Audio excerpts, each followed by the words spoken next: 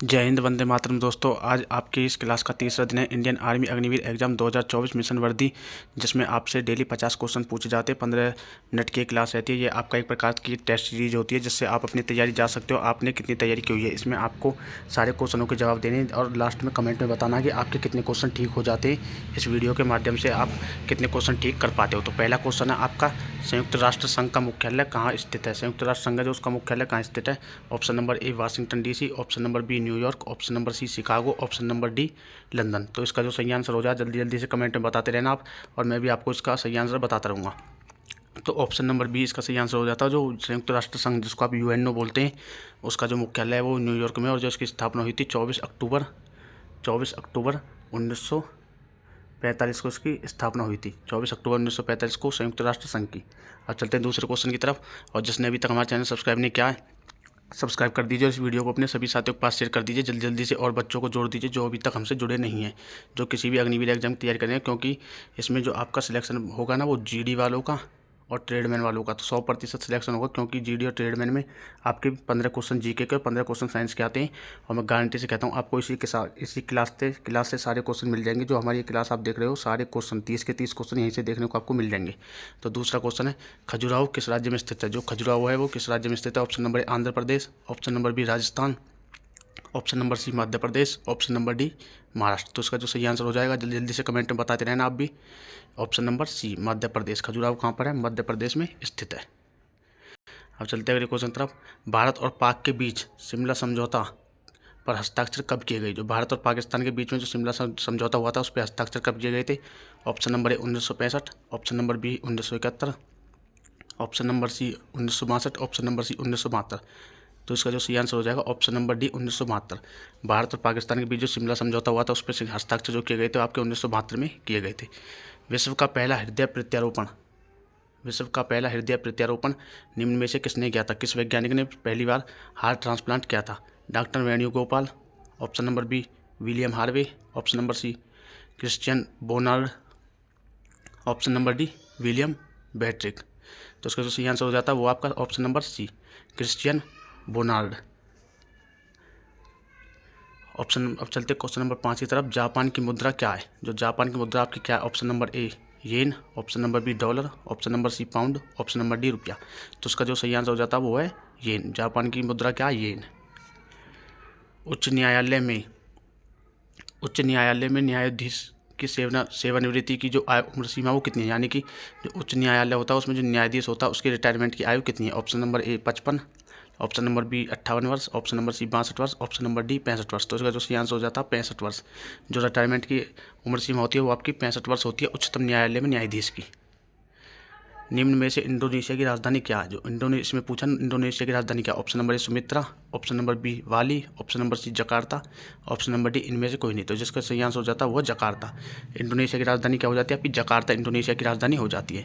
अब इसमें पूछा WHO का पूरा नाम क्या है। जो WHO है इसका पूरा नाम क्या है। तो option number A World Health Organization, option number B World Home Organization, option number C World Hunter Organization, option number D World Himalayan Organization. तो इसका जो सही आंसर हो जाता है वो आपका वर्ल्ड हेल्थ ऑर्गेनाइजेशन। WHO का पूरा नाम क्या है, वर्ल्ड हेल्थ ऑर्गेनाइजेशन। ये आपके इंपॉर्टेंट क्वेश्चन है जो आपसे बार बार रिपीट होते हैं, आपके एग्जाम में पूछे जाते हैं। क्वेश्चन नंबर 9 हो जाता है, ईरान का पुराना नाम क्या है। जो ईरान है उसको पहले किस नाम से जाना जाता था। Option number A Persia, option number B Salisbury, option number C Siam, option number D इनमें से कोई नहीं। तो ईरान का जो पुराना नाम हो जाता है वो आपका पर्सिया। ईरान को पहले किस नाम से जाना जाता था, पर्सिया के नाम से जाना जाता था।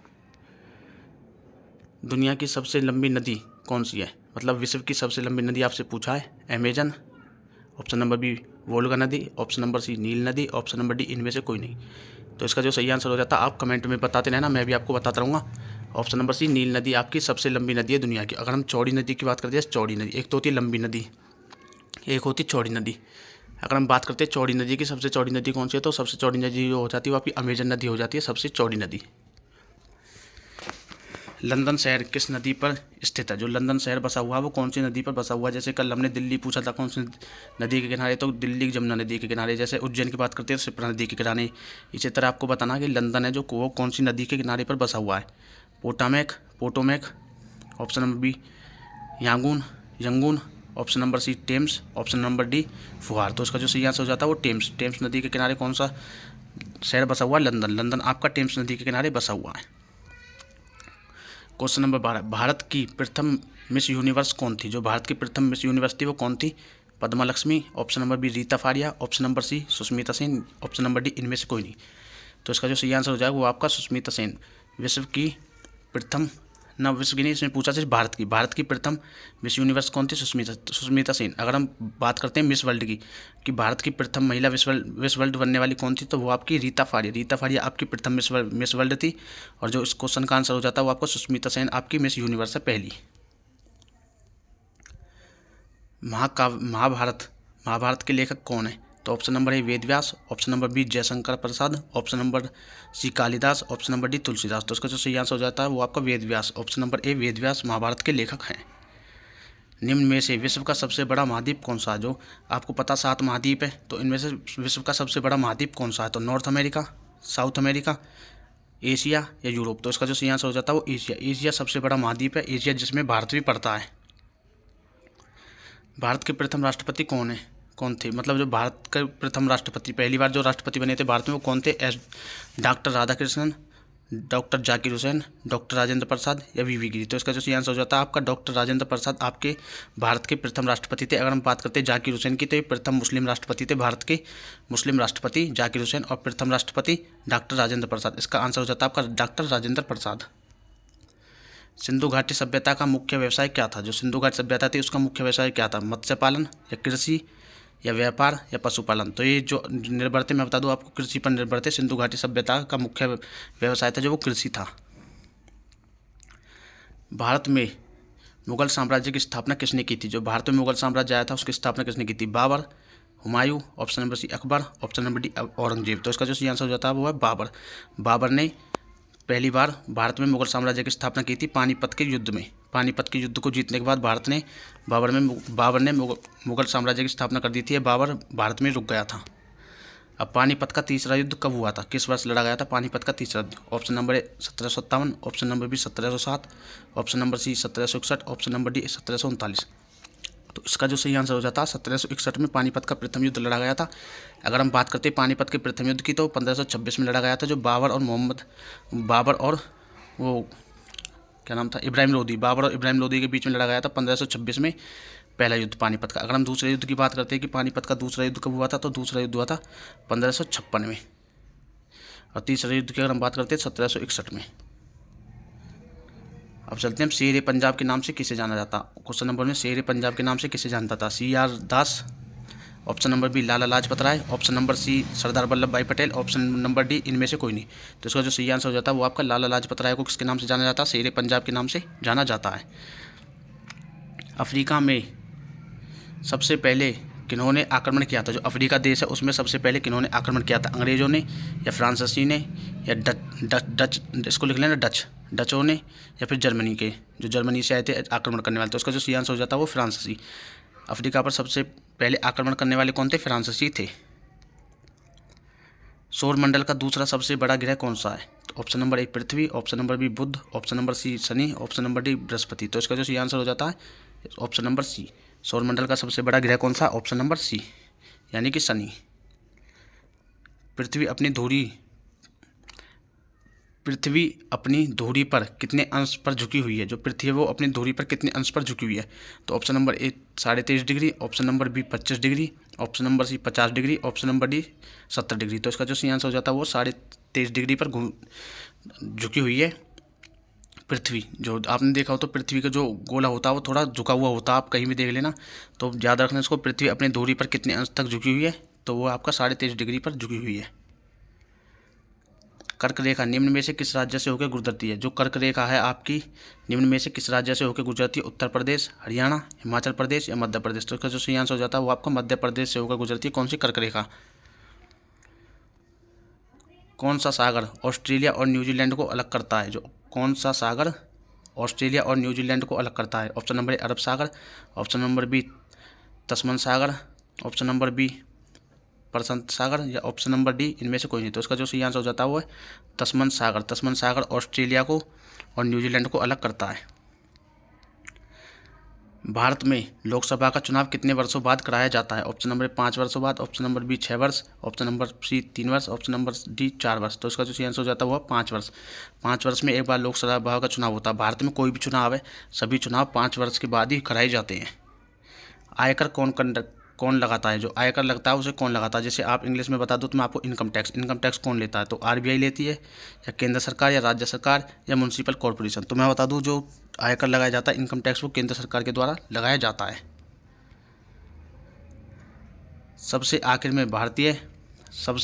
में किस भारतीय राज्य को रेलवे नेटवर्क से जोड़ा गया? जो ऐसा कौन सा राज्य है जिसमें सबसे बाद में जाकर के रेल चलती है, मतलब कि रेलवे नेटवर्क से जिसे जोड़ा गया? Option number A Sikkim, option number B Nagaland, option number C Arunachal Pradesh, option number D Mizoram.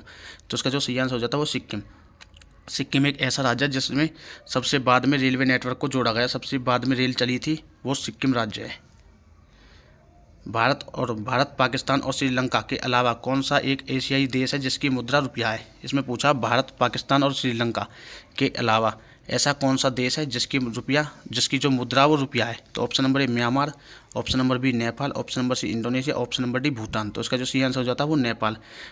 Bharat, Pakistan और श्रीलंका के बाद नेपाल एक ऐसा देश एशियाई देश है जिसकी मुद्रा क्या है? रुपया। निम्न में से कौन सा तथ्य गलत है? इसमें बताना आपको निम्न में से कौन सा तथ्य गलत है। ऑप्शन नंबर ए अंतर्राष्ट्रीय श्रम संगठन का मुख्यालय जिनेवा नीदरलैंड में, या विश्व स्वास्थ्य संगठन का मुख्यालय जिनेवा में है, या अंतर्राष्ट्रीय मुद्रा कोष का मुख्यालय वाशिंगटन में है, या विश्व बैंक का मुख्यालय जो वो न्यूयॉर्क में। इनमें से आपको बताना गलत कौन सा है। तो बता दूं अंतर्राष्ट्रीय श्रम संगठन जो है इसका मुख्यालय जिनेवा नीदरलैंड में, ये बिल्कुल ठीक है। विश्व स्वास्थ्य संगठन का मुख्यालय जिनेवा में है, ये भी बिल्कुल ठीक है। अंतर्राष्ट्रीय मुद्रा कोष का मुख्यालय वाशिंगटन में है, तो ये भी बिल्कुल ठीक है। विश्व बैंक का जो मुख्यालय है वो न्यूयॉर्क में नहीं है, ये बिल्कुल गलत है। ऑप्शन नंबर डी इसका गलत हो जाए। जो विश्व बैंक का अगर मुख्यालय की बात करते हैं तो इसका मुख्यालय भी आपका वाशिंगटन डीसी में है, याद रखना वाशिंगटन में है विश्व बैंक का मुख्यालय भी। विक्टोरिया मेमोरियल कहाँ पर स्थित है? जो विक्टोरिया मेमोरियल ये जगह है कहाँ पर है? लखनऊ में, कानपुर में, गोवा में, या कोलकाता में। तो इसका जो सही आंसर हो जाता है वो कोलकाता में। विक्टोरिया मेमोरियल कहाँ पर? कोलकाता। ठोस कार्बन डाइऑक्साइड किसे कहा जाता है? ऑप्शन नंबर ए काला कार्बन, ऑप्शन नंबर बी सफ़ेद कार्बन, ऑप्शन नंबर सी शुष्क बर्फ, ऑप्शन नंबर डी ठोस कार्बन। तो इसका जो सही आंसर हो जाता है शुष्क बर्फ। शुष्क बर्फ को हम क्या बोलते हैं? ठोस कार्बन डाइऑक्साइड। गाजर में कौन सा विटामिन पाया जाता है? गाजर में vitamin A, vitamin C, vitamin D, या विटामिन बी। तो गाजर में बता दूं आपको विटामिन ए पाया जाता है गाजर में। क्वेश्चन नंबर 33, थर्मामीटर में क्या चीज़ होती है जो ताप को दर्शाती है? जो हम आपको जब बुखार चढ़ जाता है तो देखते हो जो पहले कांच का जो थर्मामीटर होता था उसमें एक लिक्विड सा जेल सा होता था, तो वो क्या होता है? इसमें पूछा हुआ है कि थर्मामीटर में जो ताप को दर्शाती है वो क्या है? शीशा, चांदी, सोना, या पारा। तो इसका जो सही आंसर हो जाएगा वो है आपका ऑप्शन नंबर डी पारा। पारा हमें थर्मामीटर में भरा होता था जो हमें ताप को दर्शाता था कि हमें कितना बुखार है। लोहे पर जंग लगना यानी कि इसमें बताना अगर लोहे पर जंग लगना वो क्या है? जैव रासायन परिवर्तन, बिजली रासायन परिवर्तन, रासायनिक परिवर्तन, या इनमें से कोई नहीं। तो जो इसका जो सही आंसर हो जाएगा वो है रासायनिक परिवर्तन। किसी चीज़ पर जंग लगना क्या हो जाता है? रासायनिक परिवर्तन। HIV क्या है? जो HIV है वो क्या है? क्या है वो? फंगल इन्फेक्शन है, फंगल संक्रमण बोल सकते हो। ऑप्शन नंबर बी जीवाणु का संक्रमण है, ऑप्शन नंबर सी विषाणु, या ऑप्शन नंबर डी प्रोटोजोआ का संक्रमण है। तो मैं बता दूं जो HIV है वो आपका विषाणु का संक्रमण है, यानी कि एक वायरस है HIV। निम्न यंत्रों में से किसकी कार्यप्रणाली में जीरो महत्वपूर्ण भूमिका निभाती है? जो जीरो इनमें से जो ये चारों दिए हुए हैं इनमें से किसके लिए जीरो महत्वपूर्ण भूमिका निभाती है कार्यप्रणाली के लिए? Option number A computer, option number B radio, option number C घड़ी, ऑप्शन नंबर डी अबेकस। तो इसका जो सही आंसर हो जाता है वो आपका कंप्यूटर के लिए जीरो क्या महत्वपूर्ण भूमिका निभाती है। मानव शरीर में सबसे लंबी हड्डी कौन सी है? जो मानव शरीर होता है उसमें सबसे लंबी हड्डी कौन सी है? Femur, humerus, option number C radius, option number D tibia. तो इसका जो सही आंसर हो जाता है वो फीमर मानव शरीर की सबसे लंबी हड्डी होती है। सबसे बड़ी लंबी हड्डी कौन सी है? फीमर। धरती पर सबसे ज़्यादा कौन सी धातु पाई जाती है? कौन सी धातु है जो धरती पर सबसे ज़्यादा पाई जाती है? Option number A sodium, option number B calcium, option number C aluminium, option number D लोहा।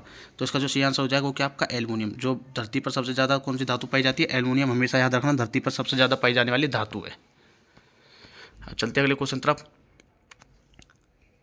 लेंस जो किनारों की तुलना में बीच से पतला होता है वह कौन सा लेंस है? तो जैसे मैं बता दूं आपको लेंस दो प्रकार के होते हैं, एक इस प्रकार से होता है और आपको एक देखा हो तो आपने इस प्रकार से होता है। तो इसमें पूछा है कि लेंस जो किनारों की तुलना में बीच से पतला होता है वो कौन सा लेंस है, यानी कि बीच से कौन सा पतला होता है, ये आपका बीच से पतला है, ये आपका बीच से मोटा है।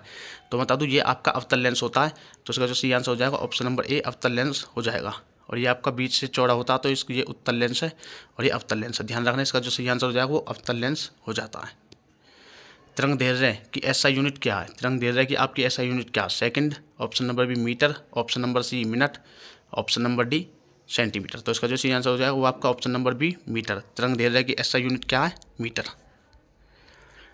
रेडियो सर्वप्रथम किस वैज्ञानिक ने बनाया था, रेडियो जो बनाया था वो सर्वप्रथम किस वैज्ञानिक ने बनाया था, मार्कोनी, गेरहार्ड, हंटर या फर्मी। तो जल्दी से बता दो कमेंट में क्या है इसका आंसर। ये आपके लिए इंपॉर्टेंट क्वेश्चन है, रेडियो सर्वप्रथम किस वैज्ञानिक ने बनाया था, क्योंकि कई बार पूछा गया है। तो इसका जो सही आंसर हो जाता है वो है ऑप्शन नंबर ए मार्कोनी। मार्कोनी ने क्या बनाया था, रेडियो सर्वप्रथम बनाया था। जब कार्बन डाइऑक्साइड चूने वाले पानी में मिलती है तो वह क्या बन जाती है, जो उसका रंग पूछा वो किस प्रकार की दिखने लगती है। जब कार्बन डाइऑक्साइड चूने वाले पानी में मिलाई जाती है तो उसमें वो पीलापन आ जाता है, या नीलापन आ जाता है, या दूधिया हो जाती है, या भूरे रंग जैसा दिखने लगती है। तो इसका जो आंसर हो जाता है वो दूधिया हो जाती है। दूधिया हो जाती है कब, जब कार्बन डाइऑक्साइड चूने वाले पानी में मिलाई जाती है तो। अनाज के फफूंद को दूर करने के लिए सर्वोत्तम विधि कौन सी है, अनाज में जो फफूंद लग जाती है उसे दूर करने के लिए सर्वोत्तम विधि कौन सी है। ऑप्शन नंबर ए अम्ल, option number B NPK, option number C humus, option number D propionic. तो इसका जो सही आंसर हो जाएगा वो आपका हो जाता है ऑप्शन नंबर डी प्रोपायोनिक। सिरके में अम्ल की प्रकृति किस कारण होती है, यानी कि सिरके में कौन सा अम्ल पाया जाता है, ये इस क्वेश्चन में पूछा हुआ है। सिट्रिक अम्ल, ऑप्शन नंबर बी गंधक अम्ल, ऑप्शन नंबर सी सोडे अम्ल, ऑप्शन नंबर डी एसिटिक अम्ल। तो इसका जो सही आंसर हो जाएगा वो आपको हो जाता है एसिटिक अम्ल पाया जाता है, जिसमें सिरके में आपके एसिटिक अम्ल पाया जाता है। माचिस में कौन सा पदार्थ का प्रयोग किया जाता है, जो माचिस होती है आपकी माचिस की तिल्ली होती है उसमें आपके कौन से पदार्थ का प्रयोग किया जाता है, Na यानी कि सोडियम, Mg यानी कि मैग्नीशियम, या सफ़ेद फास्फोरस या लाल फास्फोरस। जल्दी से कमेंट बॉक्स में बता दीजिए। तो जो इसका आंसर हो जाएगा वो आपका हो जाता है ऑप्शन नंबर डी लाल फास्फोरस, किसमें माचिस में प्रयोग किया जाता है लाल फास्फोरस का। DNA कहाँ मौजूद होता है, जो DNA होता है हमारे शरीर में वो कहाँ पर मौजूद होता है, RNA में, न्यूक्लियस में, प्लाज्मा में, या न्यूक्लिक एसिड में। तो जो इसमें पूछा आपका DNA पूछा कहाँ पर मौजूद होता है, तो इसको याद रखना ऑप्शन नंबर 20 का सही आंसर हो जाता है न्यूक्लियस में आपका DNA पाया जाता है। क्लोरोफिल कहाँ होता है, जो क्लोरोफिल होता है वो कहाँ पर होता है, फ्लोएम में, जाइलम में, पत्ती में, या तना में। तो इसका जो सही आंसर हो जाता है ऑप्शन नंबर बी जाइलम में। क्या क्लोरोफिल पाया कहाँ पर होता है, उसमें पत्ती में होता है, पत्ती में। क्लोरोफिल कहाँ पर होता है आपका, पत्ती में होता है। ऑप्शन नंबर सी इसका सही आंसर हो जाता है पत्ती में होता है आपका क्लोरोफिल, पत्ती में होता है। अब चलते हैं 48 क्वेश्चन की तरफ। निम्न में से किसके पाचन में लार मदद करती है, लार किसके पाचन में मदद करती है। Option number A protein, option number B वसा, ऑप्शन नंबर सी रेशा, ऑप्शन नंबर डी स्टार्च। तो जो आपकी पाचन में मदद करती है लार में बता दूँ आपके स्टार्च के पाचन में मदद करती है। जब आप स्टार्च होता है उसके पाचन में लार मदद करती है। शरीर का सबसे बड़ा अंग कौन सा, जो हमारा शरीर है उसका सबसे बड़ा अंग कौन सा। Option number A liver, option number B त्वचा, option number C femur, option number D गुर्दा। तो इसका जो सही आंसर हो जाएगा त्वचा। त्वचा हमारे शरीर का सबसे बड़ा अंग होती है, जो त्वचा होती है। रिकेटस रोग किसकी कमी के कारण हो जाता है, जो रिकेटस रोग हो जाता है वो किसकी कमी के कारण होता है, vitamin D, vitamin A, vitamin B, या विटामिन सी। तो इसका जो सही आंसर हो जाता है विटामिन डी हो जाएगा। रिएक्टस जो रोग होता है उसकी किसकी कमी से होता है, विटामिन डी की कमी से होता है। ये बूढ़ों में और बच्चों में ज़्यादातर होता है क्योंकि ये हड्डियों का रोग होता है। और ऐसी अन्य क्लास के लिए हमारे चैनल को सब्सक्राइब कर ले अग्निवीर सोल्जर्स अकेडमी को, क्योंकि मैं आपको डेली ऐसे इंपॉर्टेंट क्वेश्चन कराऊंगा अपने इसी यूट्यूब चैनल पर अग्निवीर सोल्जर्स अकेडमी पर। जल्दी से इसको सब्सक्राइब कर ले जिसने अभी तक नहीं किया है। और मैं बता दूँ इसमें सिर्फ आपको वही क्वेश्चन कराए जाएंगे जो बार बार आपसे पूछे जाते हैं, बार बार आपसे क्वेश्चन में पूछे जाते हैं, जो आपको कहीं भी देखने को नहीं मिलेंगे। ये आपका एक प्रकार का टेस्ट है, यहाँ पर आप अपनी तैयारी भी जा सकते हो, आपने कितनी तैयारी की हुई है। और इस वीडियो को हम सभी साथियों के पास शेयर करते हैं जो किसी भी एग्जाम की तैयारी कर रहे हैं अग्निवीर से संबंधित। जय हिंद, जय भारत।